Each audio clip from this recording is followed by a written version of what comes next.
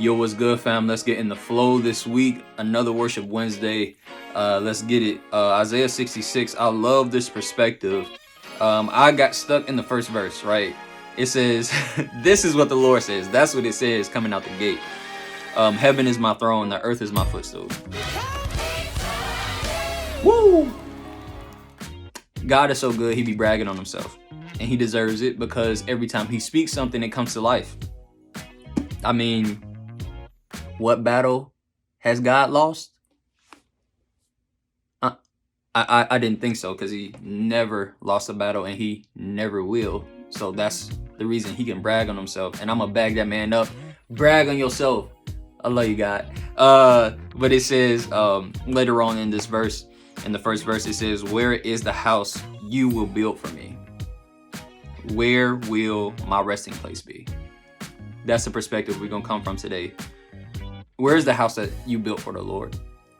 You do know that you are his temple, right? That the church that you are going to really isn't his temple. It's you. You are his temple.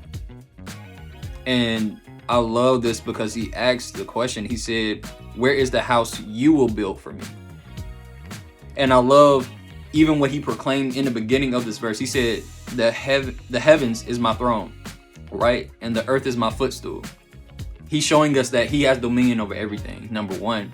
But he wants to see, are we going to push our willpower and push our love even the more forward and push our just things that he's already given us just back to him.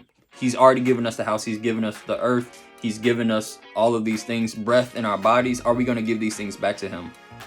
Will we let these things be his resting place? Most of all, our hearts. And a lot of us, we try to rest in our own hearts. In the perspective of, we want to do what works for us. We want to do things our way instead of letting things be God's way.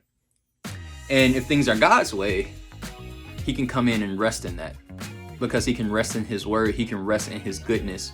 He can rest in his home. And we are his temple. And so I invite you to open up your hearts, open up your lives to God. Let your lives be the house that God can come and rest in. I know some of you probably got your house filthy. You probably got some things out of order in your house, but still open the door. Don't try to, I love this perspective because I remember growing up as a kid, when I used to get in trouble or used to, get a bad grade, at school. I remember when my mom would come home, I would try to hurry up and rush and clean up the house before she came through the door so that she could feel more relaxed, those types of things. But I love that God is always relaxed. Like, I love that he always gives us grace. Not saying that my mom was, hard on me or anything like that. My mom just saying play about them grades, you feel me? But what I'm saying is, don't wait till the last minute to clean up your house, just to open up the door for God. Open up the door for God when your house is filthy, when your house is a mess, when your house is destroyed. Just open up the door. And it reminds me of this verse. And then he says, if anyone hears my voice and opens the door, I will come in and eat with that person and they with me. So literally, he wants to do life with you. He wants to be in your home. He wants to eat. He wants to hang out. He wants to chill.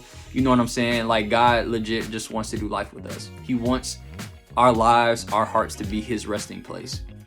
But how many of us are keeping that door closed? Matter of fact, we got the alarm system on, all of those types of things. Of course, God can break in anytime he wants, but he's like, I want to see if you will be willing to open the door for me. I'll stand at the door and knock. If anyone hears my voice, let them open the door. He's waiting on you to open the door. Literally, your life could change in a blink of an eye if you just open the door for God. Not open the door to, all these other things and try to do it for effort, but just open the door. Say, God, here I am. God, I'm broken. Here I am. God, I'm suffering with pain, rejection, this illness, whatever it is. God, here I am. Come into my situation. That's what that means. It doesn't mean like, oh, let me get everything together so everything can look nice. So when God come in, he then can help me out. No, he wants to see all of those things so that he can just rest in that and give you rest too, so that you can get past that situation. All right. So open the door. Open the door for God. Just open it. Open the door. That's all you got to do. Don't try to keep the door closed any longer, because time is running out, guys.